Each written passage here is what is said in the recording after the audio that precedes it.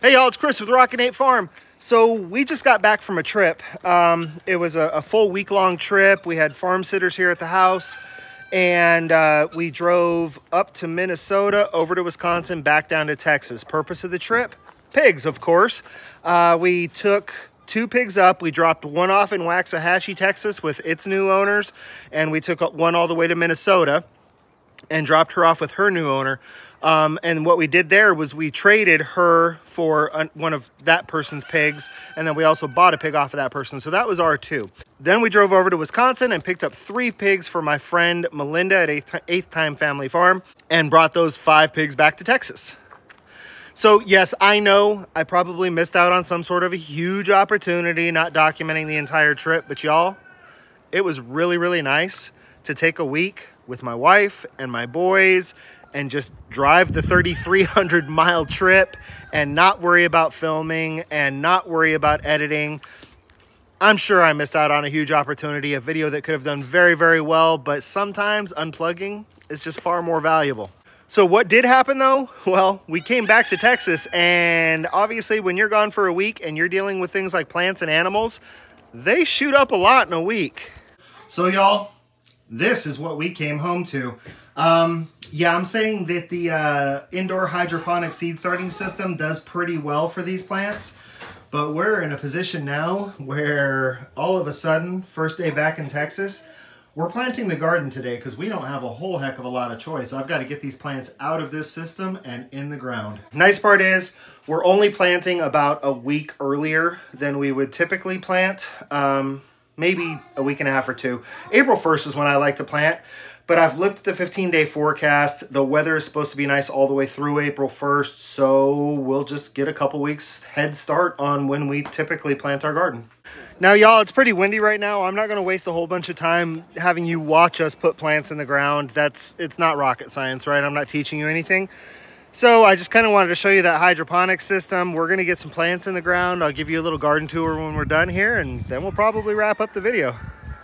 All right, y'all, we've got wind, we've got crow and roosters, we've got the whole 9 yards. So I'm going to try and make this fairly quick. Also, in the interest of keeping the length of the video down, we got all the planting done yesterday as far as the plants, minus peppers. The peppers are about 3 to 4 inches high. We decided to go ahead and let them grow out in the system a little bit longer. So we got tomatoes, tomatillos, cucumbers, squash, stuff like that planted yesterday. Now, one of the big things you're going to notice if you've watched any of my past gardening videos is that we planted a lot less densely this year, and that was 100% on purpose. I started way less plants. We planted way less densely. I always wanted to do the really dense planting in the past, but the humidity kicks in. We start getting like black funguses on the plants and white funguses on the plants, and there's just not enough airflow. This year we decided to plant much more sparsely, allow much more room in between plants. And I actually believe, I have to believe this or I wouldn't have done it, that I am going to get more produce off of half as many plants.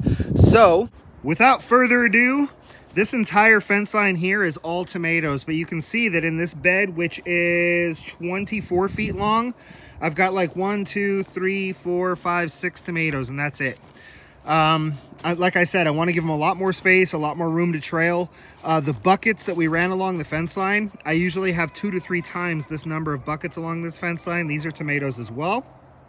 I believe this is a spaghetti squash, and it will go up and over this hoop arch system here.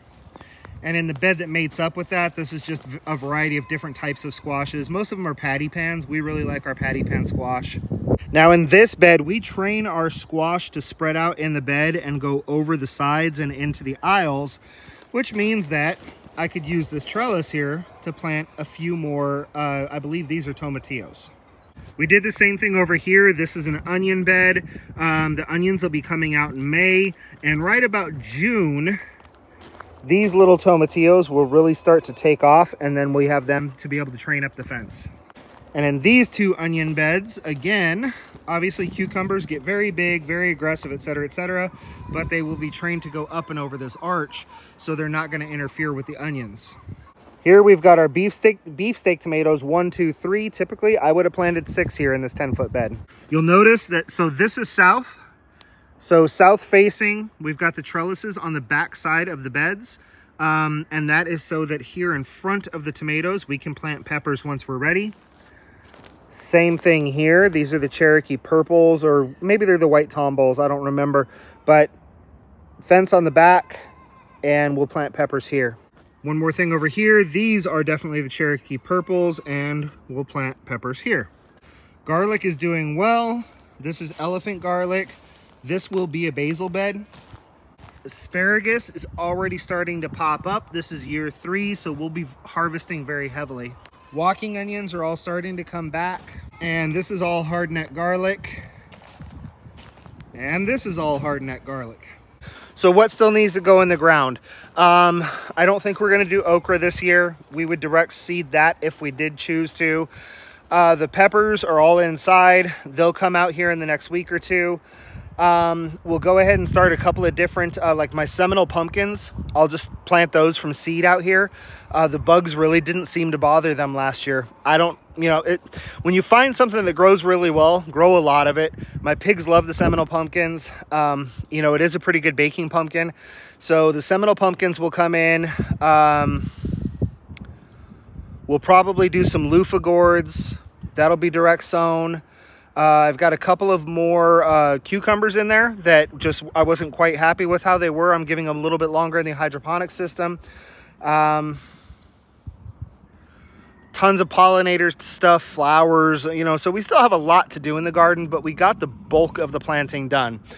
There's a pretty ominous storm headed this way. I can hear the thunder off in the distance. I've still got a lot of farm chores to do, so I'm gonna let y'all go. But if you have any gardening questions, especially if it has to do with Zone 7B gardening in Central Texas, feel free to hit me up, rockin8farm@gmail.com, or drop it down in the comments section. Till I see y'all again, this has been Chris with Rockin8 Farm, and I want every single one of you to be happy and live healthy.